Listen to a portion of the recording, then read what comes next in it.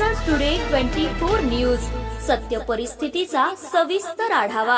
सत्ता कोणाच्या हाती, विजयाची पताका कोण फडकवणार, जनता कोणाच्या गळ्यात टाकणार विजयाची माळ, जनतेचं मत कोणाला, संपूर्ण महाराष्ट्रातील महानगरपालिकेतील संपूर्ण आढावा आपणासमोर। पहा फक्त महाराष्ट्र टुडे मराठीवर।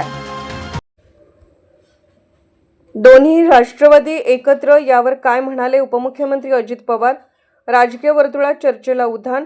मुंबई महापालिका निवडणुकीच्या पार्श्वभूमीवर राज ठाकरे आणि उद्धव ठाकरे यांनी एकत्र येऊन युतीची घोषणा केली आहे।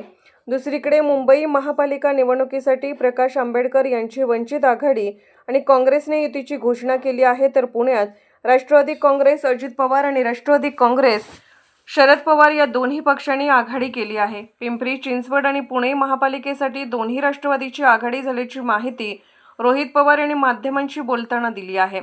पिंपरी चिंचवडमध्ये दोन्ही राष्ट्रवादींच्या आघाडीची घोषणा स्वतः अजित पवार यांनी केली आहे। ही घोषणा करताना उपमुख्यमंत्री अजित पवार यांनी सूचक भाष्य करत एक मोठं वक्तव्य केलं आहे। परिवार पुन्हा एकत्र येण्याचं काम होत आहे, असं उपमुख्यमंत्री अजित पवार यांनी म्हटलं आहे। त्यांच्या या वक्तव्यामुळे राजकीय वर्तुळात तर्कवितर्कांना उधाण आलं आहे। अजित पवार काय म्हणाले? महापालिकेची निवडणूक लढवत असताना राष्ट्रवादी काँग्रेस पक्ष म्हणजे घड्याळ आणि तुतारी हे एकत्रितपणे निवडणुकीला सामोरे जात आहेत, त्यामुळे हा परिवार पुन्हा एकत्र येण्याचं काम होत आहे। बऱ्याच जणांच्या मनामध्ये या भावना होत्या, असं सूचक वक्तव्य अजित पवार यांनी केलं आहे।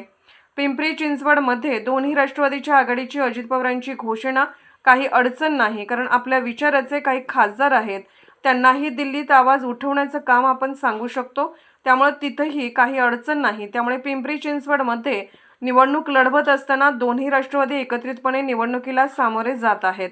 त्याच्यावर तिथेही अडचण नाही। साधारण पिंपरी चिंचवडमध्ये उमेदवारी लढवत असताना त्यामध्ये राष्ट्रवादी काँग्रेस पक्ष म्हणजे घड्याळ आणि तुतारी हे एकत्रपणे निवडणुकीला सामोरं जात आहे, त्याच्यामुळं हा परिवार पुन्हा एकत्र येण्याचं काम होत आहे। बऱ्याच जणांच्या मनामध्ये तशा पद्धतीनं होतं।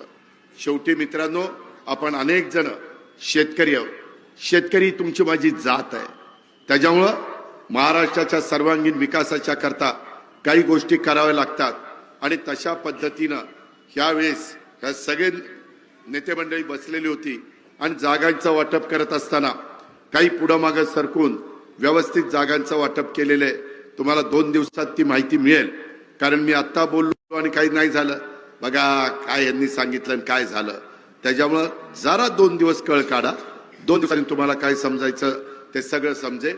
पण आपण मात्र कुठल्याही भूलथापांना बळी पडू नका, कुणाच्याही दादागिरीला बळी पडू नका, अशी घोषणा अजित पवार यांनी केली आहे।